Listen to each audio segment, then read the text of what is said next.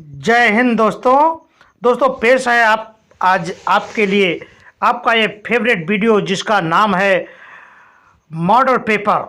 ये वीडियो आपके लिए पेश है कक्षा 12 वाले यानी इंटरमीडिएट के लिए 12 का रसायन विज्ञान मॉडल पेपर। जी हाँ, ये अगर मॉडल पेपर अगर आपने नहीं देखा तो कुछ नहीं देखा, ये जान लीजिए। अगर आपने 2023 में अगर इस मॉडल पेपर को नहीं देखा तो आप बहुत बड़ी भूल कर रहे हैं, क्योंकि इस मॉडल पेपर में आपको ऐसा कोई क्वेश्चन नहीं है जो आपसे छूटा, आपके एग्ज़ाम से छूटने वाला हो।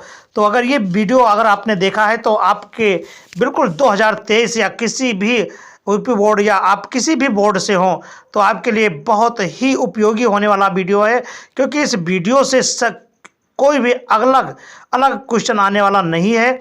तो दोस्तों बने रहें हमारे साथ, वीडियो के साथ पूरा वीडियो देखें और आपको ले चलते हैं आपके मॉडल पेपर प्रश्न पत्र की ओर।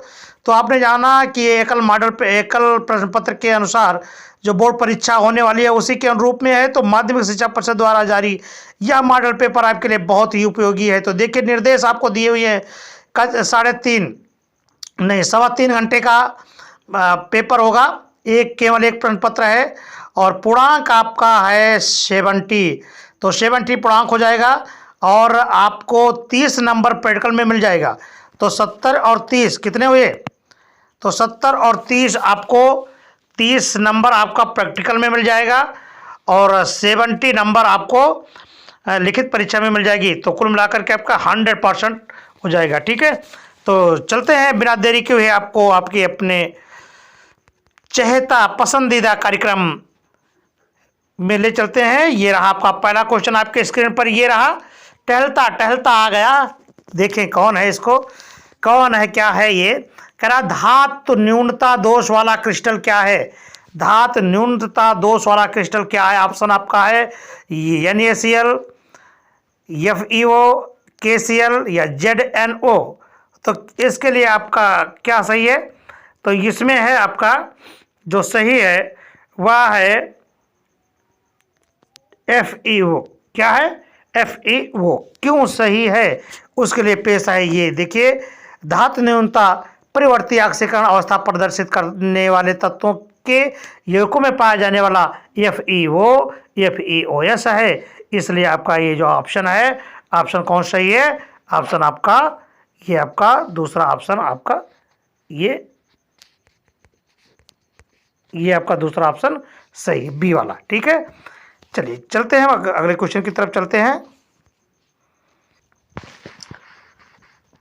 तो कौन सही है इसका? ऑप्शन आपका दूसरा सही है। चलते हैं अगले क्वेश्चन की तरफ। अगला क्वेश्चन है आपका, निम्नलिखित में से कौन सा अणुसंख्य गुणधर्म है?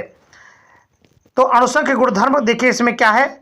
पृष्ठ तनाव, श्यानता, प्रासरण दाब या प्रकाशिक सक्रियता।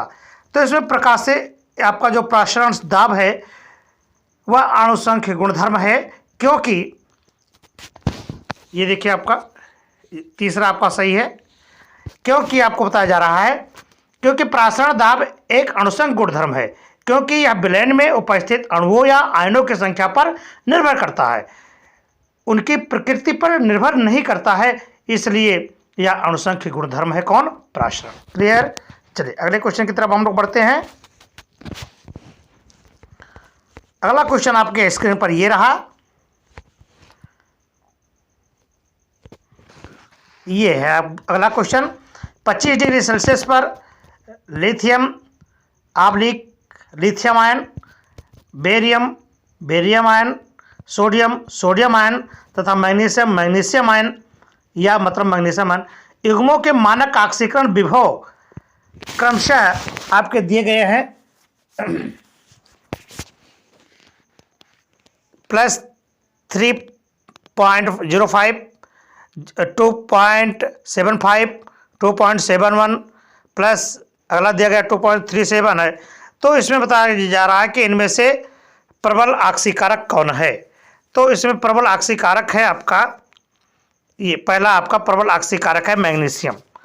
ठीक है, क्यों है ये देखिए, क्यों है इसके लिए ये है, जिस युग्म के मानक अपचयन का मान सबसे ऋणात्मक अथवा मानक ऑक्सीकरण विभव का मान सबसे कम धनात्मक होता है वह सबसे प्रबल ऑक्सीकारक होता है। उपरोक्त युग्मों में मैग्नीशियम के मानक अपचयन विभव का मान सबसे कम धनात्मक और मैग्नीशियम आयन सबसे प्रबल ऑक्सीकारक है। क्लियर? तो ये है आपका अगला, हो गया। अगला क्वेश्चन है, अगले क्वेश्चन की तरफ चलें।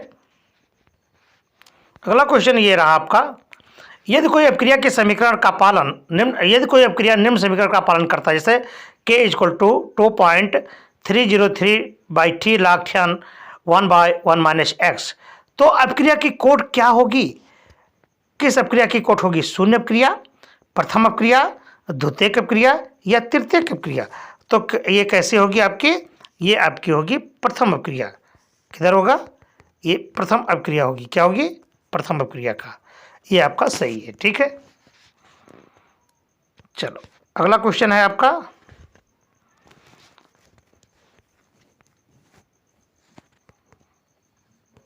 अगला क्वेश्चन है, एक मानक कोलाइडी रूप होता है, मक्खन एक कोलाइडी रूप होता है जब क्या होता है?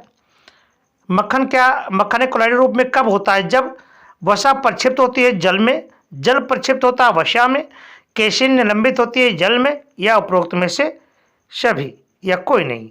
तो ये आपका क्या होता है कि जब केशिन निलंबित होती है किसमें? जल में। तो ये आपका ऑप्शन सही है।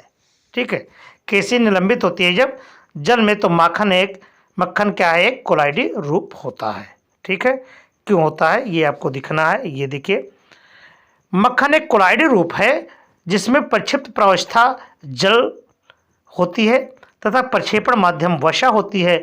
इस प्रकार कोलाइडी तंत्र को जैल कहते हैं। क्या कहते हैं? जैल। अगला क्वेश्चन है, कोहरा किस प्रकार का कोलाइडी निकाय है? कोहरा किस प्रकार का कोलाइडी निकाय है?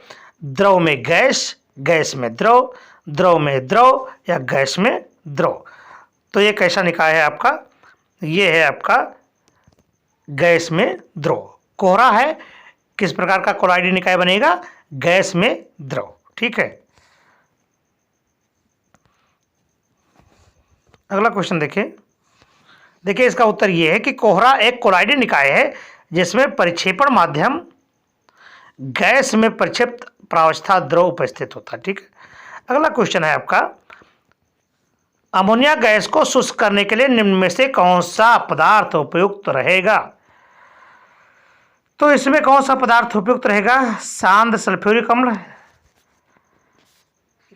या निर्जल शेष? ये आपका सही रहेगा CaO। ठीक है, ये आपका सही आंसर है। क्लियर? चलिए अगले क्वेश्चन की तरफ चलते हैं। क्यों सही ऑप्शन है इसके लिए आपके देखिए किया है कि अमोनिया गैस को शुष्क करने के लिए बिना बुझे चूने कैल्शियम ऑक्साइड का उपयोग करते हैं। इस गैस को शुष्क करने के लिए सांद्र H2SO4, निर्जल कैल्शियम क्लोराइड या P2O5 का उपयोग नहीं करते, क्योंकि इन सभी अभिक्रमों के साथ अमोनिया क्रिया करती है। क्लियर? चलिए, ये आपका ऑब्जेक्टिव खत्म हुआ। अब आपको चलते हैं कि ये लघुत्तरीय क्वेश्चन की तरफ ले चलते हैं। ये देखिए लिखा है, HF एक द्रव है जबकि अन्य हाइड्रोजन हाइलाइड गैसीय अवस्था में होती हैं। क्यों? तो देखिए, हाइड्रोजन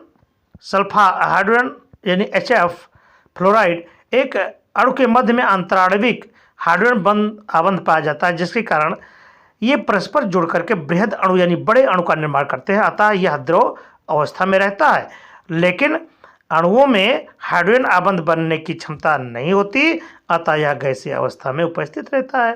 ठीक है, तो ये आपको अंतर कई बार पूछा गया है, तो इसको आपको याद रखना जरूरी है। अगला क्वेश्चन है, ClF3 के बनाने की विधि का ताप तथा दाब की परिस्थितियों को दर्शाते हुए समीकरण लिखिए।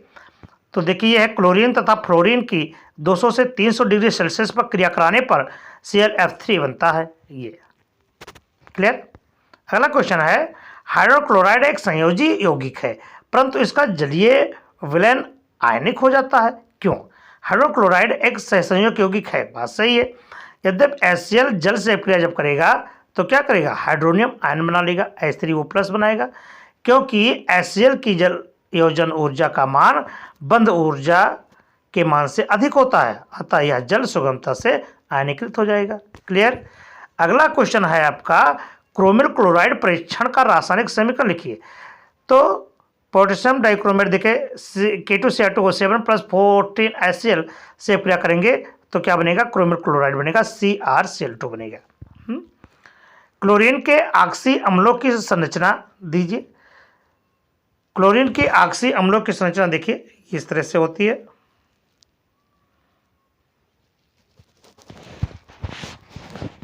ठीक है।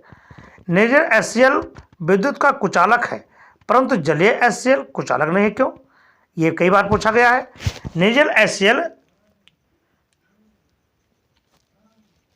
HCl से संयोग यौगिक है, इस कारण यह विद्युत का कुचालक है, जबकि जलीय HCl में आयनों की उपस्थिति के कारण यह विद्युत का सुचालक होता है। क्लियर। अगला क्वेश्चन देखिए।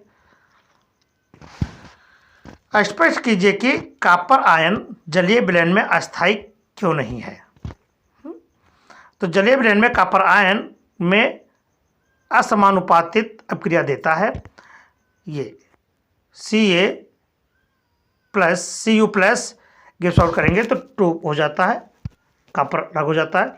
तो जलीय विलयन में कॉपर आयन की तुलना में कॉपर 2+ आयन का अधिक अस्थायित्व, उच्च ऋणात्मक जलयोजन एंथैल्पी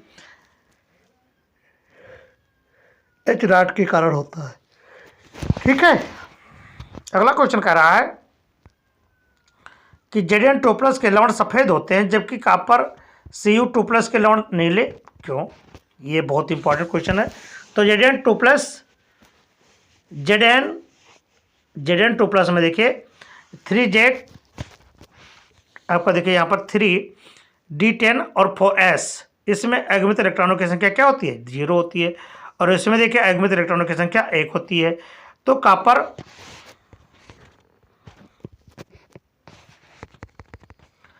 कॉपर आयन में अगमित इलेक्ट्रॉन उपस्थित होते हैं जबकि Zn2+ में कोई अगमित इलेक्ट्रॉन नहीं होता। ठीक है। अतः Zn2+ कैसा होता है, लवण सफेद होता है, जबकि कॉपर लवण नीला होता है। क्लियर। चलिए अगले क्वेश्चन की तरफ बढ़ते हैं। संक्रमण तत्वों में अनुचुंबकीय तथा प्रतिचुंबकीय लक्षणों की एक उदाहरण द्वारा व्याख्या कीजिए। संक्रमण तत्व और आयन अयुग्मित इलेक्ट्रॉनों की उपस्थिति के कारण अनुचुंबकीय गुण परिलक्षित करते हैं तथा युग्मित इलेक्ट्रॉनों के कारण संक्रमण तत्व प्रतिचुंबकीय गुण परिलक्षित करते हैं।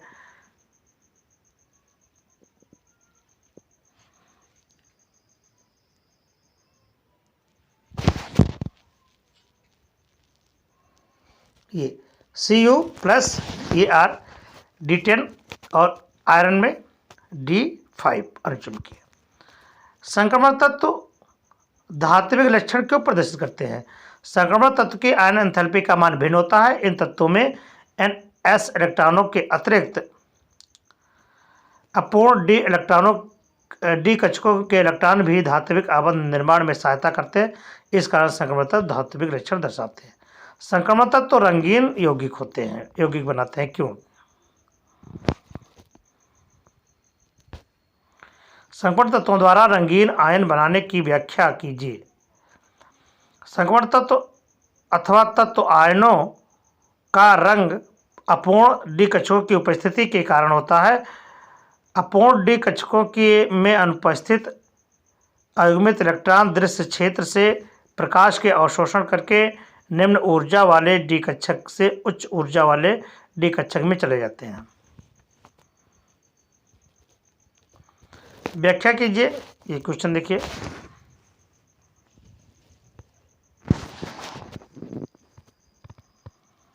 ये क्वेश्चन बड़ा इंपॉर्टेंट है। हाइड्रोजन रंगहीन मतलब रंगीन क्यों होते हैं? संक्रमण तत्व तथा धातु आयनों का रंग अपूर्ण D कक्षकों की उपस्थिति के कारण होता है। अपूर्ण D कक्षक में उपस्थित अयुग्मित इलेक्ट्रॉन दृश्य क्षेत्र से प्रकाश का अवशोषण करके निम्न क्षेत्र वाले D कक्षक से उच्च ऊर्जा वाले D कक्षक में चले जाते हैं। प्रेरित रंग अवशोषित प्रकाश का पूरक रंग होता है। D1 से D9 विन्यास वाले तत्व या आयन रंगीन होते हैं, जबकि D0 अथवा D10 विन्यास वाले तत्व या आयन रंगीन होते हैं।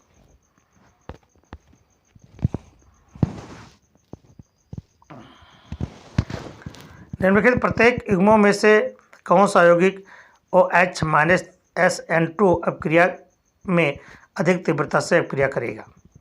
पहला है आपका CH3Br या CH3I, यानी मिथिल ब्रोमाइड या मिथिल आयोडाइड कौन करेगा? तो देखिए मिथिल आयोडाइड तीव्रता से अपक्रिया करेगा, क्योंकि कार्बन आयोडाइड बंध की बंधन वियोजन एंथैल्पी कार्बन और ब्रोमाइड से कम होती है। ठीक है, ये क्वेश्चन आपका बहुत इंपॉर्टेंट है। ग्रिग्नार्ड अवक्रमक का उपयोग करते समय नमी में थोड़े अंशों से भी बचना क्यों आवश्यक होता है? ग्रिग्नार्ड अवक्रमक का ध्रुवीय अणु अतः ग्रिग्नार्ड अवक्रमक अत्यंत क्रियाशील होते हैं तथा जल के साथ क्रिया करके हाइड्रोकार्बन देते हैं। ठीक है, एक अगला क्वेश्चन कर रहा है, एक अणु में द्विबंध की उपस्थिति को ज्ञात करने के लिए एक परीक्षण लिखिए। तो देखिए द्विबंध की उपस्थिति को ब्रोमीन जल परीक्षण द्वारा ज्ञात कर सकते हैं। कार्बन टेट्राक्लोराइड के ब्रोमीन का योग एल्कीन से करने पर ब्रोमीन का लाल भूरा रंग प्राप्त होता है, लाल भूरा रंग लुप्त हो जाता है। ठीक है, ये अगला क्वेश्चन कह रहा है कि निम्नलिखित अपक्रिया में ये और बी उत्पाद बताइए। ये आपको बताने हैं। CH3 CH2 CH2 CH double bond ये। तो देखिए आपका ये बना ये। ठीक है, अगला क्वेश्चन है आपका, फिनॉल बनाने की किसी एक विधि का वर्णन कीजिए। फिनॉल बनाने की किसी एक विधि का वर्णन कीजिए, इसका रासायनिक परीक्षण भी दीजिए। तो देखिए फिनॉलिक अम्लों को गर्म सोडा लाइम के साथ आसवन करने पर विकार्बोक्सिलीकरण क्रिया के फलस्वरूप सोडियम फिनॉक्साइड बनता है, जो ऑक्सीकृत करके क्या बना देता है? फिनॉल बना देता है। ठीक है, ये देखिए आपका ये आपका सल्फ्यूरिक एसिड है। जब NaOH की उपस्थिति में CO से क्रिया करेगा तो आपका क्या बन जाएगा? फिनॉल। इसका रासायनिक परीक्षण देखिए क्या होता है। लिबरमान नाइट्रोसो परीक्षण, फिनॉल की क्रिया सोडियम यानी NaNO2 तथा शांत H2SO4 के साथ कराने पर यह गहरा हरा तथा नीला रंग देता है, जो तमता बढ़ाने पर लाल हो जाता है। तब इसे NaOH से क्षारीय करते हैं तो पुनः वास्तविक हरा रंग, नीला रंग, हरा या नीला रंग प्राप्त होता है। इस अपक्रिया का उपयोग फिनॉल के परीक्षण में करते हैं। क्लियर? ये देखिए अगला क्वेश्चन कह रहा है, फिनॉल अम्लीय गुण क्यों प्रदर्शित करता है, समझाइए। तो ध्रुवीय OH समूह की उपस्थिति फिनॉक्साइड आयन के अनुनाद अस्थायीकरण के कारण फिनॉल शीघ्रता से एक प्रोटॉन मुक्त करता है, अतः अम्लीय गुण प्रदर्शित करता है। ठीक है, अगला क्वेश्चन कह रहा है, फ्रेडल क्राफ्ट प्रक्रिया को उदाहरण से समझाइए। बहुत ही इंपॉर्टेंट है, कई बार पूछा जाने वाला क्वेश्चन है। तो दोस्तों बच्चों जो भी आप समझें इस क्वेश्चन को नोट कर लें, क्योंकि ये क्वेश्चन आने वाला है, क्योंकि इसके बगैर तो सब कुछ होने वाला, सब कुछ बेकार है। फ्रेडल क्राफ्ट प्रक्रिया का उदाहरण सहित आपको करना है। तो देखिए निर्जल LCl3 की उपस्थिति में फिनॉल की क्रिया एल्किल हैलाइड से कराने पर बेंजीन आर्थो या पैरा, वो या पी लिखा है ना, तो वो से होता आर्थो, पी से होता पैरा। ठीक है, स्थिति का हाइड्रोजन परमाणु एल्किल समूह द्वारा प्रतिस्थापित हो जाता है। यह क्रिया क्या कहलाती है? फ्रेडल क्राफ्ट प्रक्रिया कहलाती है। ठीक है बच्चों, एक चीज़ मैं यहाँ पर आपको बता देना चाहता हूँ कि यहाँ पर ये देखिए आपका ये बेंजीन रिंग है। ठीक है, बेंजीन रिंग है, और ये पोजीशन जो यहाँ पर है इसको आर्थो कहते हैं, इस पोजीशन को मेटा कहते हैं, और यहाँ पर पैरा कहते हैं। ठीक है, OMP याद रखना। क्या रखना है आपको? OMP। जो भी चीज़ बनेगा उसी को आपको आर्थो करके बोलना पड़ेगा। इस पोजीशन को आर्थो कहते हैं, यहाँ पर पैरा कहते हैं, और ये मेटा, और इसको पैरा कहते हैं। ठीक है, इतना जो इधर है वही चीज़ इधर भी हो जाएगा। तो ये चीज़ आपको याद रखना है। और जहाँ पर भी होगा उसका आपको नाम करके पुकारना होगा, ठीक है। तो ऑर्थो मेटा पैरा आपको जानना ज़रूरी हो गया था, इसलिए मैंने इसको बता दिया। चलो, जैसे इसको देख लीजिए, जब आपने अपक्रिया किया तो यहाँ पर देखिए CH3 वो है तो क्रिशाल बोलते हैं ना, यानी आर्थो वो लिखा है, आर्थो पर्व है। और यहाँ पर देखिए पी क्रिशाल है, यानी पैरा क्रिशाल है, ठीक है। परंतु उपरोक्त अपक्रिया में लब्धि कम होती है, फिनाल AlCl3 के साथ जटिल यौगिक बना लेता है, ठीक है। अगला क्वेश्चन है, फिनाल से टॉलुइन कैसे प्राप्त होती है भैया। तो देखिए, फिनाल को जब जिंक चूर्ण के साथ में अपक्रिया कराते हैं तो आपका टॉलुइन प्राप्त होता है, यानी बेंजीन। और बेंजीन को फिर से मिथाइल क्लोराइड से अपक्रिया करते हैं तो टॉलुइन प्राप्त होता है। यानी इससे जब बेंजीन रिंग में एल्किल समूह लग जाता है तो उसे टॉलुइन कहते हैं। क्या कहते हैं? टॉलुइन, यानी CH3 लग जाए, ठीक है। अगला क्वेश्चन, नाइट्रोबेंजीन बनाने की 2 विधि बताओ। तो पहला विधि देखिए, आपने इस बेंजीन को HNO3 से अपक्रिया किया, नाइट्रोबेंजीन बना। फिर C6H5NO2Cl को फिर अपक्रिया कराया तो आपका बना ये नाइट्रोबेंजीन प्राप्त हो गया। नाइट्रोबेंजीन के नाइट्रीकरण के लिए उपयोग किए जाने वाले नाइट्रिकारक मिश्रण नाइट्रिक ऑक्साइड, ये नाइट्रिक अम्ल है, सॉरी HNO3 नाइट्रिक अम्ल की क्या भूमिका होती है। तो नाइट्रीकरण मिश्रण में HNO3 एक क्षार के समान व्यवहार करता है तथा इलेक्ट्रॉन स्नेही NO2 प्लस उपलब्ध कराता है, क्षार और ये अम्ल, ठीक है। अपक्रिया आप देखते रहेंगे। समिट अपक्रिया किसे कहते हैं? प्राथमिक एमीन कैसे बनाते हैं, समीकरण भी दीजिए। सांस सल्फ्यूरिक अम्ल की, तो उत्तर देखिए, सांस सल्फ्यूरिक अम्ल की उपस्थिति में मोनोकार्बोक्सिलिक अम्ल की हाइड्रोजोइक अम्ल N3H हाइड्रोजोइक होता है के साथ अपक्रिया कराने पर प्राथमिक एमीन बनती है। भैया बहुत ही इंपॉर्टेंट, वेरी वेरी इंपॉर्टेंट है, ठीक है। एमीन अम्ल उभयधर्मी प्रकृति की है, व्याख्या कीजिए। तो एमीन अम्ल की प्रकृति उभयधर्मी है क्योंकि यह अम्लों एवं क्षारों से अपक्रिया करता है। अम्ल के साथ में अपक्रिया करेगा तो एमीन बनेगा और क्षार से अपक्रिया करेगा तो आइसोसाइनाइड बनेगा। देखिए बच्चों, मैंने यहाँ पर कई क्वेश्चंस का समावेश किया है ताकि जितने भी अति लघुत्तरीय लघुत्तरीय क्वेश्चन हो सभी आपसे छूटने न पाए, इसलिए कई क्वेश्चनों का एक में ही संकुल बना दिया, एक में ही सबका संयोजन कर दिया है। मोनोसैकेराइड्स क्या है? कार्बोहाइड्रेट जो आगे सरलतम अणुओं में जल अपघटित नहीं किए जा सके, उसे क्या कहते हैं? मोनोसैकेराइड्स कहते हैं। इसका सूत्र CH2 वो का होल N है, जहाँ N 3 से 7 है। ये 2 प्रकार के हो सकते हैं, एक एल्डोज और एक कीटोज। जब एल्डोज होगा तो इससे HO समूह लगेगा और जब कार्बोनिल CO समूह लगेगा तो कीटोज होगा, ठीक है। अपचायक शर्करा क्या है? वह शर्करा जो अपचायक के समान कार्य करती हैं अपचायक शर्करा कहलाती हैं।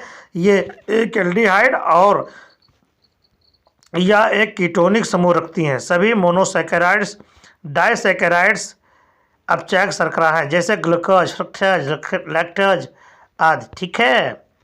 सिद्ध कीजिए कि ग्लूकोज में 5 OH समूह होते हैं। ये बहुत ही इंपॉर्टेंट है, कई बार पूछा गया है। ग्लूकोज की क्रिया जब फास्फोरस पेंटाक्लोराइड से कराते हैं तो 5 अणुओं के साथ कराने वाले पेंटाक्लोरो ग्लूकोज प्राप्त होता है, इससे साफ हो जाता है भैया, ठीक है। जिससे सिद्ध होता है कि ग्लूकोज में 5 OH समूह होते हैं, ठीक है। ये D+ तथा L- ग्लूकोज की संरचना ये आपको दिखाया गया है, कई बार पूछा गया। अब कुछ न्यूमेरिकल की दुनिया में चल रहे हैं भैया, न्यूमेरिकल की दुनिया में आ जाओ। कह रहा है कि 58.5 ग्राम NaCl में इकाई सेलों की संख्या ज्ञात कीजिए। कई बार पूछा गया तो इस बार भी आने के चांसेस ज़्यादा हैं, इसलिए आपको छोड़ना नहीं है क्वेश्चन। तो NaCl का पहले अणुभार निकाल लो। अणुभार में जितने भी अणुभार किसे कहते हैं भैया? तो उस सूत्र में जितने भी उसके परमाणु भार होते हैं सभी को मिला लो। भाई परमाणुओं से अणु बना तो अणु भार से परमाणु भार से अणुभार भी बन जाएगा, क्लियर है। तो जितने भी आपके अणु सूत्र है सबके परमाणु भार लिख लीजिए, आपका एक अणु सूत्र प्राप्त हो जाएगा। तो Na का होता है 23 और Cl का होता है 35.5, 58.5 हो गए। अब NaCl के मोलों की संख्या कितनी हो जाएगी? भार बटे अणुभार। अरे भाई मोल की संख्या बराबर क्या होता है? भार बटे अणुभार। तो भार तो हर कतरा है मोल की संख्या कितना है, भार बटे अणुभार के। नहीं भाई, मोल की संख्या बराबर उन्होंने कहा, तो मोल की संख्या बराबर है 58.58 यानी 1 मोल। ठीक है, जितना भी आपका, हाँ भाई, मोल की संख्या भार बटे अणुभार ही होगा नहीं, जितना, क्योंकि ग्राम में इतना पूछा गया है, 58.5 है तो 58.5 ये भार है और भार आपका। 1 मोल सोडियम क्लोराइड में NaCl सूत्र, 1 मोल सोडियम क्लोराइड सूत्र इकाइयों की संख्या कितनी है, ये 6.022 इंटू 10⁻²3। ठीक है, तो NaCl की एक इकाई सेल में NaCl सूत्र की इकाइयों की संख्या कितनी होती है, 4। तो क्या कर देंगे, तो आपको इकाई सेल की संख्या ज्ञात करने के लिए 58 पॉइंट ग्राम NaCl के कुल सूत्रों इकाइयों की संख्या बटे 1 इकाई सेल में NaCl सूत्र की संख्या, आप ये सूत्र लिखेंगे। इसका मान आप अभी आपने कहा 4, अब आप इसको सूत्र के द्वारा हल कर दीजिए। ये आएगा, ये आ गया आपका कितना, 6.02 इंटू 10⁻²3 बटे 4। तो 4 एकम, इसको आप काट दीजिए। अपना रेजर तेज रखना भैया, धार लगा के रखो। 4 एकम 4 और 4 एकम 4, 6 में 4 गया निकला, 2 बचा, 10 लगाई है, 0 लगाओ, 4 5 20, है ना, कितना आया 1.505। ठीक है, ये आपका उत्तर आया। क्लियर। चलिए पढ़ते हैं अगले क्वेश्चन में। अगला क्वेश्चन आ गया आपका, क्योंकि अभी न्यूमेरिकल है भैया, न्यूमेरिकल आंकिक प्रश्न आपको अब आंकिक प्रश्न ही लगवाया जाएगा। देखिए ये है, एक ठोस द्रव्यमान में पोटेशियम परमाणु क्रिस्टल जालक के केंद्र में स्थित पोटेशियम के 4 ओम में इकाई सेलों की अनुमानित संख्या क्या होगी। तो देखिए पोटेशियम का परमाणु भार 39 है। विशेष इकाई सेल में प्रति इकाई परमाणु की संख्या कितनी हो जाएगी, 8 × 1/8 धन 1। तो देखो इसको सरल कर लीजिए, 8 एकम 8 कट गया, तो यहाँ हुआ 1 एकम 1, है ना, 1 धन 1, तो यहाँ पर कितना आ गया, ये 2। तो 4 ग्राम पोटेशियम परमाणु की संख्या, आप इसको निकालें, 4/39 गुणे आपने इतना रखा, रख दीजिए मान आपका कितना निकल आया, ये मान आपका निकला है ये 3.09 इंटू 10⁻²2। अगला क्वेश्चन देखें। एक घनीय संरचना वाला यौगिक ये और बी तत्वों से बना है। इसमें ये परमाणु घन के कोनों पर तथा बी परमाणु फलक केंद्र के कोनों पर स्थित है। ठीक है, तो सूत्र ज्ञात कीजिए आपका। तो ये कई बार पूछा भी, या सूत्र आपको ज्ञात करने हैं तो सूत्र ज्ञात कर लो। तो 8 कोनों पर जिस प्रकार परमाणु ये व्यवस्थित है, चूँकि प्रत्येक कोना 8 अन्य इकाई सेलों द्वारा साजित रहता है, अतः प्रति इकाई सेल ये परमाणु की संख्या बराबर क्या हो जाएगा, 8 × 1/8। तो 8 × 1/8 करेंगे तो क्या होगा, 1 आएगा। 8 एकम 8 1 होगा, 1 हो गया ना। अब चूंकि घन में 6 फलक होते हैं तथा प्रत्येक फलक में 2 इकाई सेलों के मध्य साजित होता है, यानी बंधा होता है, तो परमाणु बी फलक के केंद्र पर स्थित कितना हो जाएगा, तो बी पर 6 × 1/2, तो कितना हो जाएगा, 2 एकम दे देते हैं 6, तो यानी ये आया आपका 1 और बी आया आपका 3। तो सूत्र क्या बनेगा, सूत्र बनेगा ये भी 3 भैया बनाना। तो सूत्र आया आपका ये भी 3, सूत्र आपका बना ये बी और बी की संख्या कितनी हो जाएगी, 3। क्लियर। चलिए,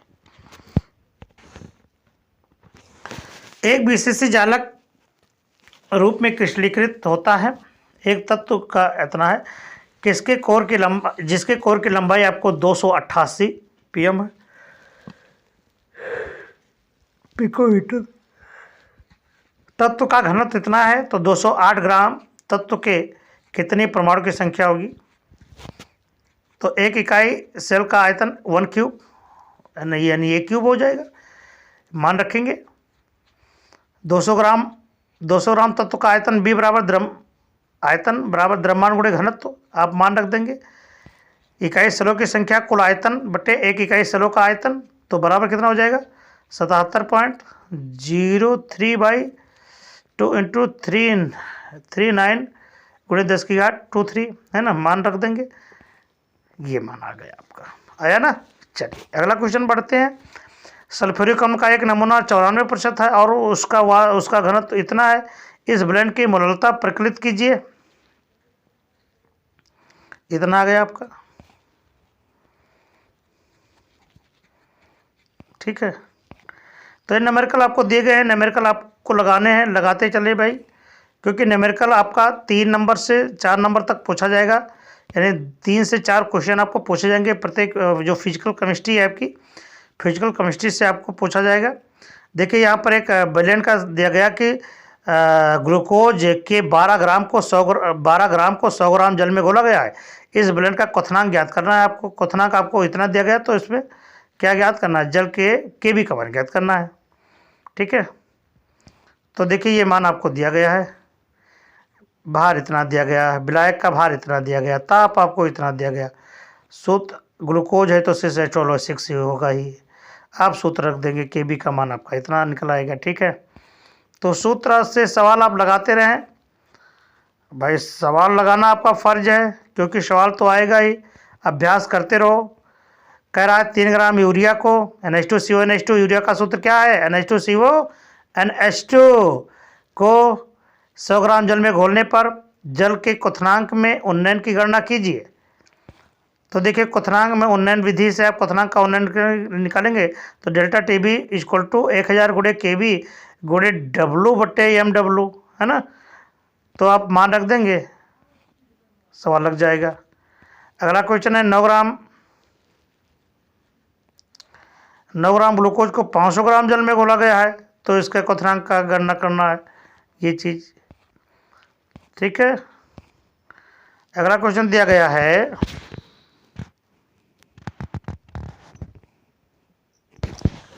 25 डिग्री सेल्सियस पर पोटेशियम क्लोराइड के N/50 ब्रेन वाले सेल की विशिष्ट चालकत्व इतना ओम सेंटीमीटर है। यदि सेल का प्रतिरोध 400 ओम है तो सेल स्थिरांक की गणना करना है आपको। तो विशिष्ट चालकत्व का मान इतना है, प्रतिरोध आपका कितना दिया गया 4 ओम यानी R, तो K बराबर 1/R × L/A आप सूत्र रख देंगे, तो आपका मान निकल आएगा ये, ठीक है। तो सवाल लगाते रहें, सवाल लगाना आपका बहुत ही जरूरी भैया, क्योंकि सवाल में ही सब कुछ छिपा हुआ है। सवाल आप लगाते जाएंगे, लगाते जाएं, कोई भी चीज़ समझ में ना आए कमेंट में ज़रूर लिखें। देखिए यहाँ पर गर्म NaOH तथा ठंडे NaOH के साथ क्लोरीन की अभिक्रिया का रासायनिक समीकरण दीजिए। क्लोरीन के 4 उपयोग भी बताइए, बहुत इंपॉर्टेंट है, ठीक है। तो ये आपका समीकरण हो गया, NaOH के साथ में सेल्टो प्रक्रिया NaCl बनेगा, और NaOH को NaCl से तो ये NaClO3 बनेगा। इसी प्रकार KOH के साथ KOH के उपरोक्त दोनों अभिक्रियाएँ होती हैं। क्लोरीन के समान कास्टिक क्षारों के साथ ब्रोमीन तथा आयोडीन की भी अभिक्रियाएँ होती हैं। व्यंजक चूर्ण, देखिए ये व्यंजक चूर्ण में जीवाणुनाशक के रूप में इनका प्रयोग किया जाता है। व्यंजक चूर्ण बनाने में धातुओं के मिश्रण, ये सब देखिए इसका उपयोग है। अगला क्वेश्चन कह रहा है नियान तथा आर्गन गैसों का उपयोग सूचीबद्ध कीजिए। तो देखिए इसका उपयोग विसर्जन ट्यूब तथा प्रदीप बल्बों के विज्ञापन प्रदर्शन हेतु किया जाता है। नियान बल्बों का उपयोग वनस्पति उद्यान ग्रीन हाउस में किया जाता है। नियान का उपयोग वोल्टेज रेगुलेटर में और सूचकों में किया जाता है। अब आर्गन का उपयोग देख लो, आर्गन विद्युत बल्ब में भरने में प्रयुक्त किया जाता है, ठीक है, बहुत इंपॉर्टेंट है भैया। इसका उपयोग उच्च ताप धातुकर्मीय प्रक्रमों में अति अक्रिय वातावरण उत्पन्न करने में किया जाता है। प्रयोगशाला में इसका उपयोग वायु सुग्राही पदार्थों के प्रबंधन में किया जाता है, बहुत इंपॉर्टेंट है। अगला क्वेश्चन है परिवर्ती ऑक्सीकरण अवस्था से क्या तात्पर्य है। परिवर्ती ऑक्सीकरण अवस्था से तात्पर्य है कि तत्वों द्वारा यौगिकों में एक से अधिक ऑक्सीकरण अवस्था दर्शाना है। प्रत्येक श्रेणी के प्रथम तथा अंतिम सदस्यों को छोड़कर से सभी संक्रमण तत्व परिवर्तनशील ऑक्सीकरण अवस्था दर्शाते हैं, क्योंकि NS कक्षक तथा N-1D कक्षकों में इलेक्ट्रॉनों की ऊर्जाओं में कम अंतर होने के कारण दोनों कक्षकों के इलेक्ट्रॉन आबंध बनाने में प्रयुक्त होने वाले अपवाद है। ठीक है,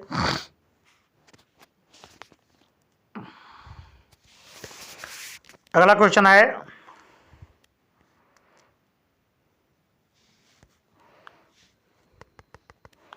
डी ब्लॉक तत्व अनुचुंबकीय लक्षण और परिवर्तित संयुक्ता क्यों प्रदर्शित करते हैं?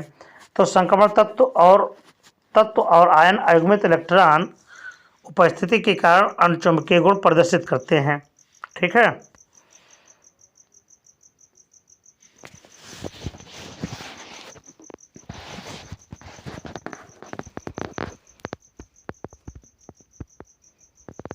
दोनों कक्षकों में इलेक्ट्रॉन बनाने में प्रयुक्त होते हैं, अतः संक्रमण तत्व परिवर्ती आक्सीकरण अवस्था दर्शाता है। अगला क्वेश्चन देखिए, सोडियम एवं यौगिक ये परस्पर अपक्रिया करके एथेन देते हैं, तो ये समीकरण लिखिए। यह क्वेश्चन कर रहा है कि शुष्क ईथर की उपस्थिति में सोडियम तथा यौगिक ये के दो मोल परस्पर अपक्रिया करके एथेन बनाते हैं, तो इसकी अपक्रिया देना है। तो सोडियम धातु की मिथिल हैलाइड के साथ क्रिया करने पर एथेन प्राप्त होता है, ये। ठीक है, अतः ये मिथिल हैलाइड है। क्या है? मिथिल हैलाइड है। यहाँ ये वोल्टेज अपक्रिया हो रही है, इस अपक्रिया की समीकरण इस तरह से होती है। अगला क्वेश्चन कर रहा है निम्नलिखित में 1 आयोडोब्यूटेन प्राप्त करने का समीकरण लिखो। पहले से आपने लिखना है 1 ब्यूटेनॉल, 1 क्लोरोब्यूटेन और तीसरा है ब्यूटवनीन से। तो एक एक करके देखो, ये आपका है ब्यूटेनॉल 1, इसमें HI से क्रिया करते हैं तो 1 आयोडोब्यूटेन प्राप्त होता है। ठीक है,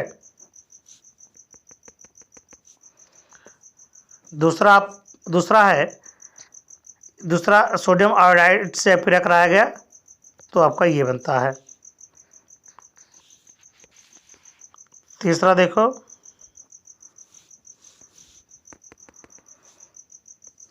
ब्यूटवनीन को HBr से क्रिया कराया गया तो 1 ब्रोमोब्यूटेन प्राप्त होता है, और फिर इसको अपक्रिया पोटेशियम आयोडाइड से कराया गया तो 1 आयोडोब्यूटेन प्राप्त होता है। ठीक है, ये अपक्रिया आपकी है।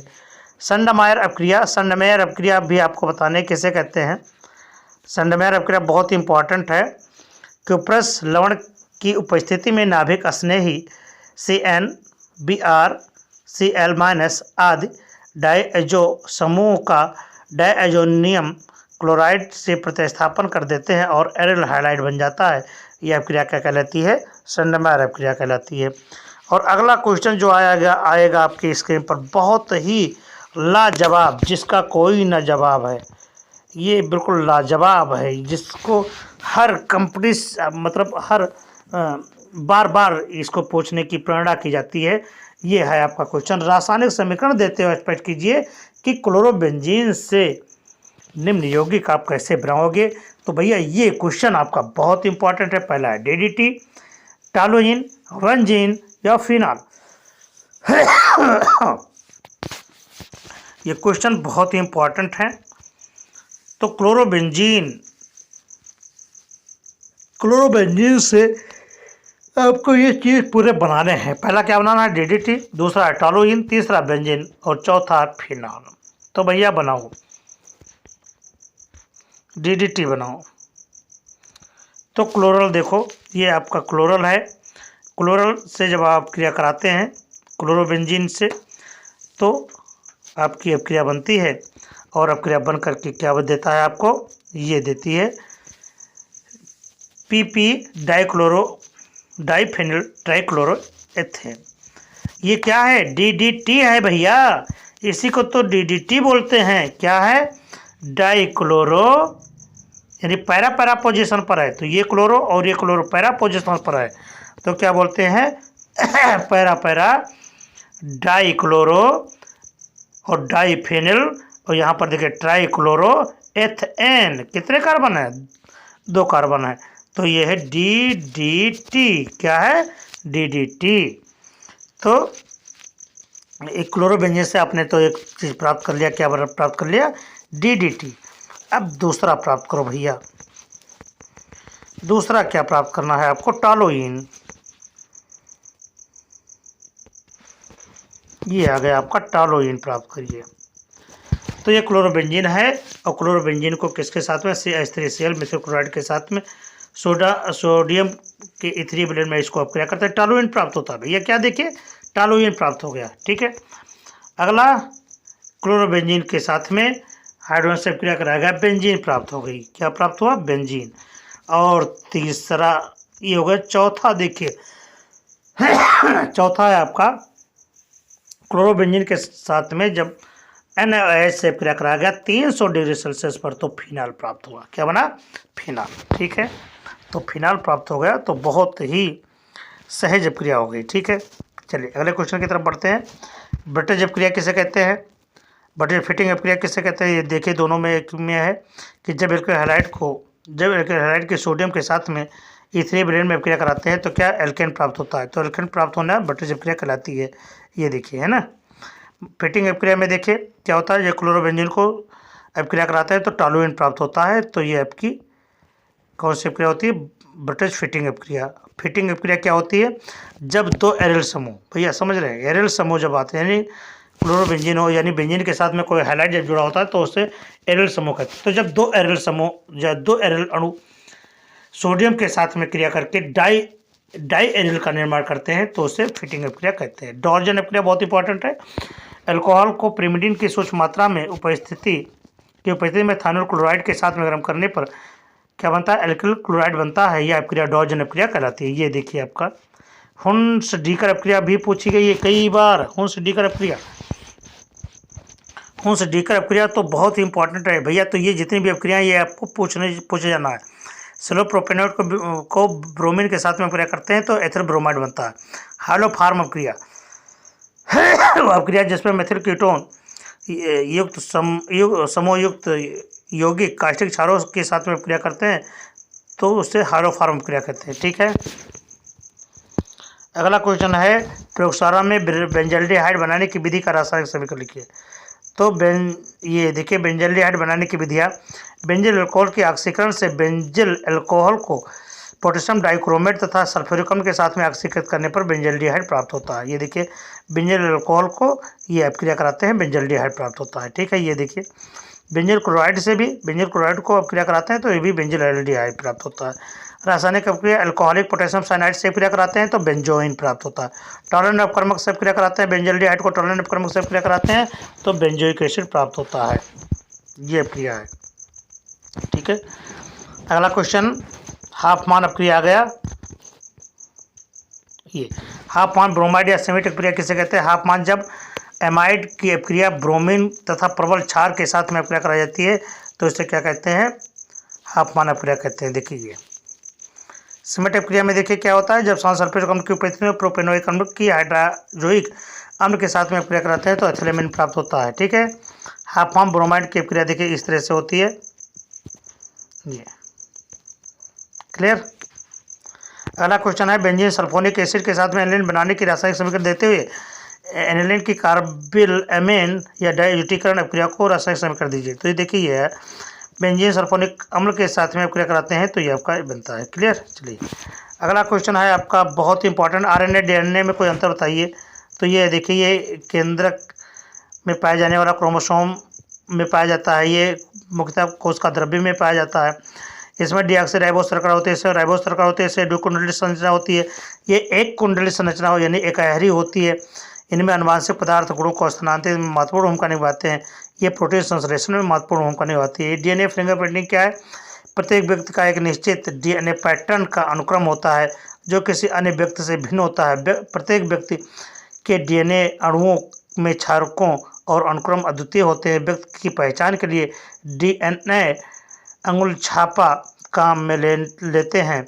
अतः किसी व्यक्ति में डीएनए पैटर्न के संबंध में सूचना उसका डीएनए फिंगरप्रिंटिंग कहलाता है और इस तकनीक को डीएनए फिंगरप्रिंटिंग कहा जाता है। इसका उपयोग क्या है, अपराधी का दोष सिद्ध करने में, भूकंप, बाढ़, महापदाओं द्वारा मारे गए व्यक्तियों की पहचान करने में, बच्चे का पैतृत्व निर्धारित करने में भी इसका उपयोग किया जाता है। ठीक है, न्यूक्लियोटाइड न्यूक्लियोसाइड में आपको अंतर दिखाने हैं भैया। ये क्षारक तथा क्षार शर्करा का संयोजन होता है। ये न्यूक्लियोसाइड का होता है ना, एडेनोसिन, इससे मिलकर के बनी है। ये आपको देखना है। अगला क्वेश्चन आ गया आपका, निम्न का आईपीएसी नाम लिखना है। निम्न का आईपीएसी नाम आपको लिखना है। ये देखिए, ट्रेस एथिलीन कोबाल्ट नाइट्रेट कह रहा है, तो ये आपको देखिए ये देखना है। ये देखिए उत्तर दे दिया गया है। देखिए ये आपका है हेक्साअमीन कोबाल्ट थर्ड क्लोराइड का सूत्र क्या है ये, ठीक है। ये सूत्र आप देखते जाएं, क्योंकि ये सूत्र 4 नंबर के आने वाले हैं।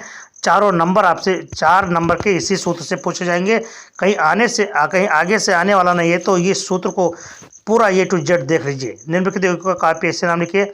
CONH3 का होल 4, H2O का होल ट्वाइस, Cl3। तो इसका नाम क्या है, tetra di aqua cobalt third chloride है ना, हेक्सासाइनोफेरेट क्लोराइड। इसका सूत्र देखिए, सूत्र आपको देखना बहुत है, ट्राइएमीन। इसका आपको सूत्र लिखने को कह रहा है, तो ट्राइएमीन ट्राइक्लोरोक्रोमियम और पोटेशियम हेक्सासाइनो आयरन, ठीक है।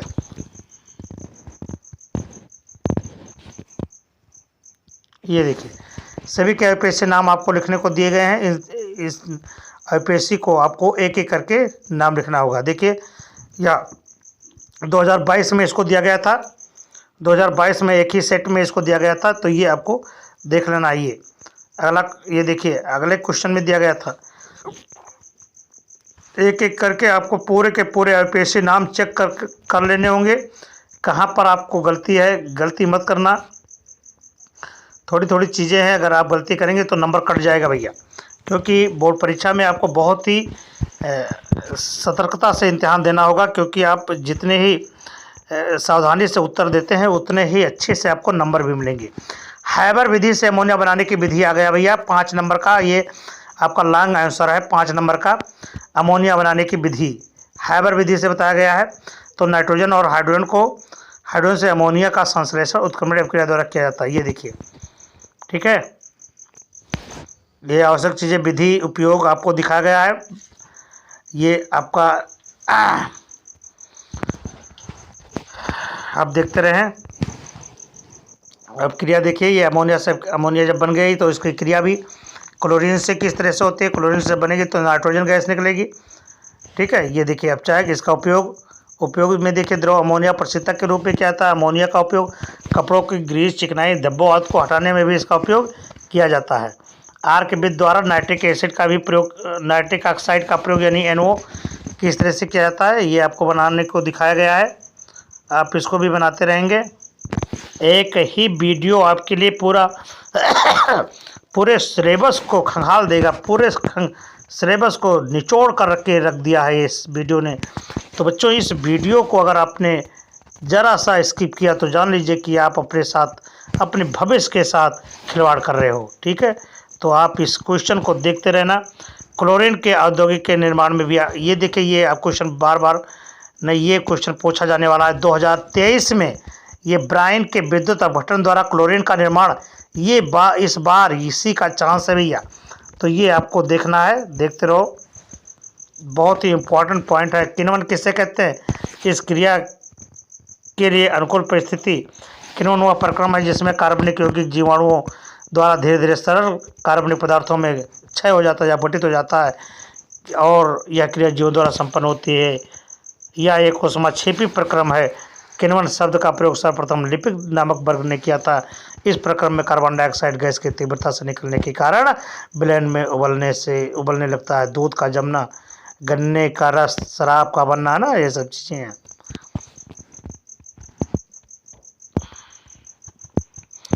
एल्कोहल का क्रियात्मक समूह आपको दिखाना है कि कौन कौन से क्रियात्मक एल्कोहल मोनो एल्किल व्युत्पन्न अथवा हाइड्रोकार्बन के हाइड्रॉक्सी व्युत्पन्न होते हैं। इनका सामान्य सूत्र ROH होता है। एल्कोहल के प्रकार किसके आधार पर? OH समूह के आधार पर। Monohydric, dihydric, trihydric. एक OH समूह होगा तो मोनोहाइड्रिक, डाई होगा तो 2 होंगे तो डाईहाइड्रिक, 3 होगा तो ट्राईहाइड्रिक होता है, ठीक है। ये फिर हाइड्रॉक्सिल OH समूह वाले कार्बन परमाणु की प्रकृति के आधार पर प्राथमिक एल्कोहल, द्वितीयक एल्कोहल, तृतीयक एल्कोहल, इस तरह से एल्कोहल में भी बटे होते हैं, ठीक है। ये देखिए अल्कोहल की पहचान। अगला क्वेश्चन है प्रयोगशाला में डायथिल ईथर बनाने की विधि। प्रयोगशाला में डायथिल ईथर बनाने की विधि से थ्री वो सी एथिल अल्कोहल को जब हाइड्रो H2SO4 के साथ में अपक्रिया किया जाता है तो एथिल हाइड्रोजन सल्फेट बनता है, और एथिल हाइड्रोजन सल्फेट को जब फिर एथिल अल्कोहल के साथ में अपक्रिया करते हैं तो डायथिल ईथर, ये देखिए डायथिल ईथर बन गया। ठीक है, अब इसकी प्रयोगशाला विधि में देखिए कैसे बनता है। ये देखो एक गोलपेंदी के फलाना फलाना लिया है ना, एक गोलपेंदी लियो है ना, जो भी लेना है आप ले लीजिए, क्योंकि फिगर बनाना तो आपको ये ना, तो आप इसको एक एक करके ऐसे देखते रहें।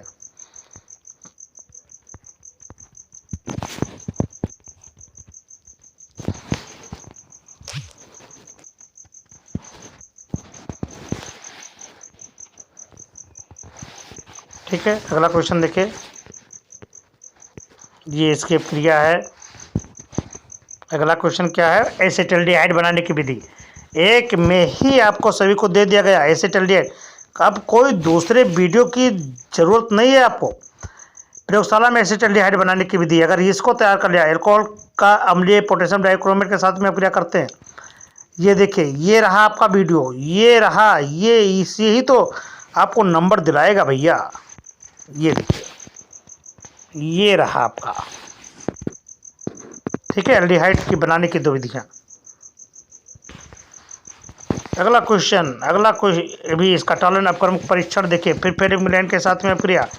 अगला क्वेश्चन आ गया प्रयोगशाला में एसीटोन बनाने की विधि। वाव, पूरे के पूरे क्वेश्चन इसी में तो छाप दिए गए हैं। प्रयोगशाला में एसीटोन, शुष्क कैल्शियम एसीटेट को गर्म करने पर एसीटोन प्राप्त होता है। भैया देख लीजिए, अगर इसको नहीं देखा तो आपने कुछ नहीं देखा। यह वीडियो ही तो आपकी किस्मत को बदल कर रख देगा। ये देखिए, वाव क्या बात है। अमोनिया के साथ में सीधे एसीटोन से फिर कराते हैं तो डाई एसीटोन यमीन बनता है। ये देखिए क्लोरोफार्म के साथ में क्रिया, एसीटोन को जब क्लोरोफार्म के साथ में क्रिया करा लेते हैं तो क्या बनता है, देखो ये गजब की चीज। अगला क्वेश्चन आ गया प्रयोगशाला में एथिल यमीन बनाने की विधि। एथिल यमीन कैसे बनाते हैं, प्रोपेनोमाइड को ब्रोमीन के साथ में से अपक्रिया कराते हैं तो एथिल यमीन बनता है। गोलपेंदी के फ्लास्क लेते हैं और प्रोपेनोइड तथा ब्रोमीन समान मात्रा में लेकर के मिश्रण को बर्फ से ठंडे जल में रखते हैं ना। ये देखो ये बना आपका फिगर तो भैया बहुत ज़रूरी है जानना, क्योंकि फिगर नहीं जान पाओगे तो दिक्कत हो जाएगी। फिर इसका एथिल यमीन से अपक्रिया, इसकी अपक्रिया है देखिए। फिर अल्फा एमिनो डी और एल विन्यास, ये देखिए भैया। ग्लाइसिन के अतिरिक्त प्रकृति में उपलब्ध अन्य सभी अमीनो अम्ल असीमित अल्फा कार्बन के कारण डी और एल दोनों रूपों में पाए जाते हैं। देखिए प्रोटीन आ गया भैया। ठीक है, और लास्ट में ये प्रोटीनों के व्यक्तिकरण। अब लास्ट में आपका आ रहा है कैसे प्राप्त करोगे समीकरण। देखिए व्हाट हैपेंस व्हेन, क्या होता है जब आइसोप्रोपिल अल्कोहल की वाष्प को 300 डिग्री सेल्सियस पर गर्म करते हैं। तो देखिए ये आपको इसका एक एक करके आपको उत्तर दिया गया है। जब आइसोप्रोपिल अल्कोहल को अपक्रिया करते हैं तो एसीटोन बनता है। अगले क्वेश्चन में देखिए, जब फिनाल को अपक्रिया करते हैं तो पैरा नाइट्रोफिनाल बनता है। ठीक है, ये प्रत्येक का आंसर दे दिया गया था आपको। आप देखते रहेंगे एक एक करके, आप पूरे आंसर को देख लें।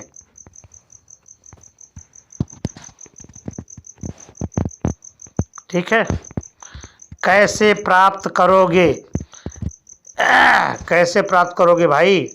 यह है बेंजल्डिहाइड से एम नाइट्रोफिनाल यानी मेटा नाइट्रोफिनाल। तो ये देखिए बेंजल्डिहाइड से मेटा नाइट्रोफिनाल ऐसे प्राप्त करते हैं। ठीक है, और अब क्रिया इसकी देखिए,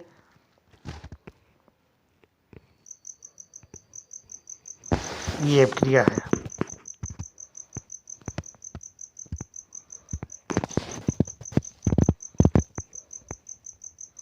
ठीक है, ये क्रिया है आपकी। तो आप बस यहीं तक, ये वीडियो हमारा अब आपका यहीं तक है। हम फिर मिलते हैं आपको अगले वीडियो में। तब तक के लिए नमस्कार, शुभ खैर, शुभ रात्रि।